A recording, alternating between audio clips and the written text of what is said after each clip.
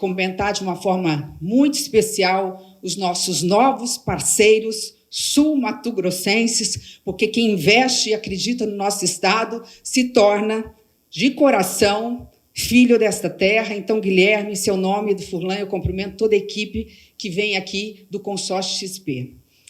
Eu estou, como Eliane, muito emocionada, só que, diferente dela, eu tenho mais idade para dizer que, talvez, de todos que eu esteja vendo aqui, seja a pessoa com maior legitimidade para falar desse evento.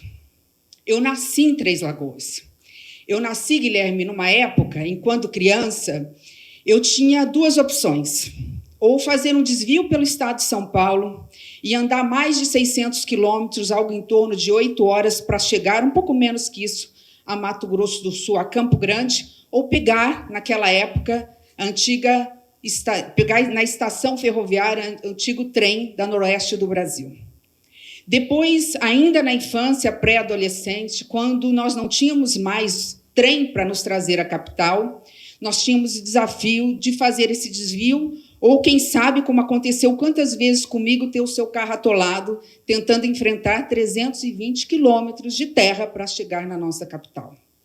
Tive o privilégio, deputado Dagoberto, de já eleita a primeira mulher prefeita da minha cidade natal, no primeiro ano do meu mandato, em 2005, e lá se vão 25 anos, mais de 20 anos, 21 anos, de ir aos Estados Unidos com, então, o governador Zeca do PT, atrás daquela que seria a primeira, dentre tantas, a maior fábrica de celulose do mundo em uma única linha, na época Votorantim, hoje Suzano.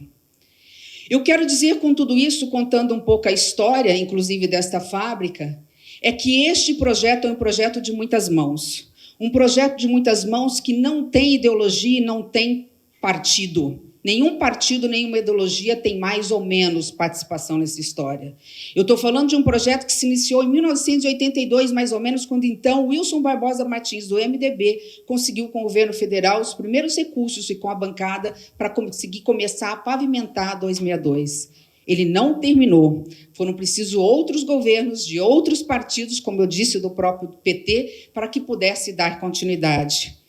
Uma vez asfaltada, tardiamente asfaltada, veio o impacto. Precisávamos de terceira faixa, de acostamento, de segurança. E desde 2005, quando a fábrica de celulose se iniciou em Três Lagoas, começou-se um movimento. Precisamos duplicar esta rodovia. O problema era fazer a sociedade entender que, para uma rodovia ser duplicada, é preciso parceria pública e privada, pelo menos, ou investimento privado. E o investimento privado vai onde há lucro, não há outra forma. E não havia viabilidade técnica, competitividade, condições de ter tráfego suficiente para termos estrada duplicada.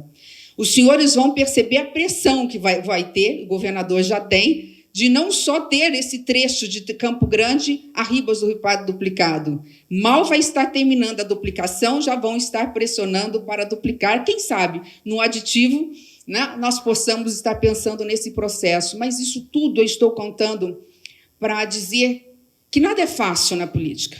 E uma das coisas que talvez seja a principal missão dos próximos governos, sejam eles quem forem, estaduais e federal, será sentar de forma responsável, sem ideologia, sem fla-flu, para resolver o problema maior do Brasil, que se chama burocracia. O Brasil precisa de agilidade, porque a janela de oportunidade do país está se fechando. Na época em que eu nasci, na época que eu era jovem, o Brasil era o Brasil do futuro, e ele era mesmo do futuro, porque era um Brasil de jovens. O Brasil está envelhecendo antes de ficar rico. Este é o principal mal. A Europa envelheceu, mas com um alto padrão de renda per capita. O Brasil está envelhecendo e o seu povo ainda não chegou a ser, mal é, um país de classe média. Está envelhecendo. Em 2042. Nós já teremos mais pessoas acima de 50 anos do que jovens até 50 anos. Eu estou contando essa história que começou lá na década de 80 para ver que nós estamos em 2025 e só agora estamos conseguindo trazer a duplicação daquela que é a estrada que vai ligar o maior estado da Federação Brasileira ao estado do agronegócio como o Mato Grosso do Sul, para poder ligar essa região à nossa rota bioceânica, que está pronta, estará pronta até o final do ano. Aqui tem dedo do governo do estado, como eu elogiei, mas tem dedo do governo federal. Se não fosse o BNDES, com apoio estruturante financeiro, esse projeto dificilmente estaria nesse patamar. Por mais esforços que Mato Grosso do Sul tivesse e tem. E é a obrigação da União, independentemente de partido, realmente devolver em forma de contribuição os impostos que nós pagamos. Mas é preciso que haja um governador que tenha essa consciência, capacidade de diálogo e conquiste a simpatia de um governante. E é o que aconteceu com o governador Eduardo Riedel. Na minha viagem, o governador não sabe disso, do Panamá para cá, foram quase 6 horas de conversa com o presidente Lula, 5 horas e meia para ir, 5 horas e meia para voltar. Quando nós estávamos fazendo uma análise do colégio eleitoral e discutindo política, e ele me perguntou sobre Mato Grosso do Sul, sabendo que o governador é de oposição, ele falou, mas aquele governador é sério, com aquele governador a gente dialoga. O governador vem e pede projetos estruturantes, relevantes para o interesse de Mato Grosso do Sul. Ouvi essas palavras, então receba esse carinho do presidente Lula, que é um reconhecimento ao seu trabalho, ao trabalho da sua equipe, com o apoio de toda a bancada que também ajuda nesse processo. Mas, voltando à questão da nossa rota da celulose e da necessidade que nós temos de sermos mais ágeis. Nós já perdemos a oportunidade do pré-sal, embora tenhamos explorado parcialmente. Nós temos a questão da energia limpa ainda para ser explorada, é o nosso grande ativo. Mas tem algo que, se nós não aproveitarmos nos próximos anos, eu aproveito aqui porque estou falando com investidores, que é a nossas terras raras. Que projeto nós queremos de exploração dessas terras raras? Nós fecharemos um ciclo onde o Brasil vai entrar para um cenário que, infelizmente, vai ser um cenário de ser sempre um país que, no máximo, chegou à classe média. Rota da celulose. Este é mais um passo de muitos que precisarão vir.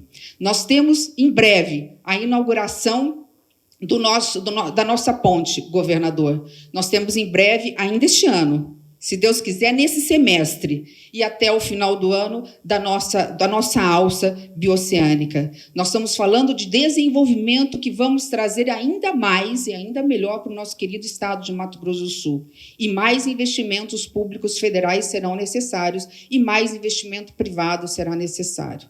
Eu quero encerrar aqui, mas não sem antes dizer, dentro desse todo esse processo, eu vi também o empenho do então governador Reinaldo Azambuja, na época já pensando na duplicação, que já tinha pegado a estrada pronta, também no esforço pós-2005, porque foi depois a eleição dele, nós tivemos Zeca do PT antes, na questão de buscar recursos. E essa rota também teve a participação da iniciativa privada, e vai um reconhecimento público da capacidade, da diligência, da competência, do espírito público do ministro dos Transportes, Renan Filho, que foi fundamental, porque se não tivesse mantido em 2023, 2024 e 2025, e o Guilherme é testemunha disso, essas estradas em bom estado de conservação, seria muito difícil, num consórcio, num leilão, pegar com esses valores, com essas tarifas que vão ser colocadas, essa obra. Porque aí teria que se cobrar mais pedágio, teria que se ter mais contrapartida, porque as estradas estariam precárias e não estão. Então, eu quero também deixar aqui um reconhecimento que o Ministério dos Transportes foi e é fundamental para que esse projeto possa continuar. E, como eu disse, eu estou na minha fala final, governador, mas eu não posso deixar de me lembrar da importância que nós tivemos ao longo do tempo de participação dos governos federais aqui. Eu me lembro, na época, eu era vice-governadora, já contei a história de quando prefeita, aliás, tive o privilégio de inaugurar depois a fábrica de celulose com a presença do presidente Lula lá, e foi fundamental, porque se não fosse o governo federal, nós não conseguiríamos uma isenção para que a fábrica pudesse vir de 200 milhões de dólares, nós estávamos competindo com a China e com a Índia, E nós tínhamos uma carga tributária muito alta na época da execução da fábrica de celulose, e nós conseguimos, com a medida provisória do bem, resolver esse problema. Mas, passado todo esse processo, nós tivemos as obras estruturantes de Mato Grosso do Sul, todos os governos. O presidente Temer foi importante, o presidente Dilma foi importante. Me lembro até, Júnior Mock, que o governador André Pitinelli, eu era vice-governadora dele, dizia sempre, né, a minha madrinha política, a madrinha Dilma, independente de corrente partidária ou ideológica, Dilma foi fundamental também para o desenvolvimento. Então, o que a gente tem que fazer com o Mato Grosso do Sul é sempre eleger governadores que estejam antenados com o interesse do Estado, independente de ideologia. E todos os governadores fizeram isso. E é por isso que Mato Grosso do Sul hoje é ovacionada onde vai. Como disse aqui, o terceiro estado com menor índice de pobreza. Tá entre os, aliás, foi o segundo estado em maior crescimento do PIB ano passado.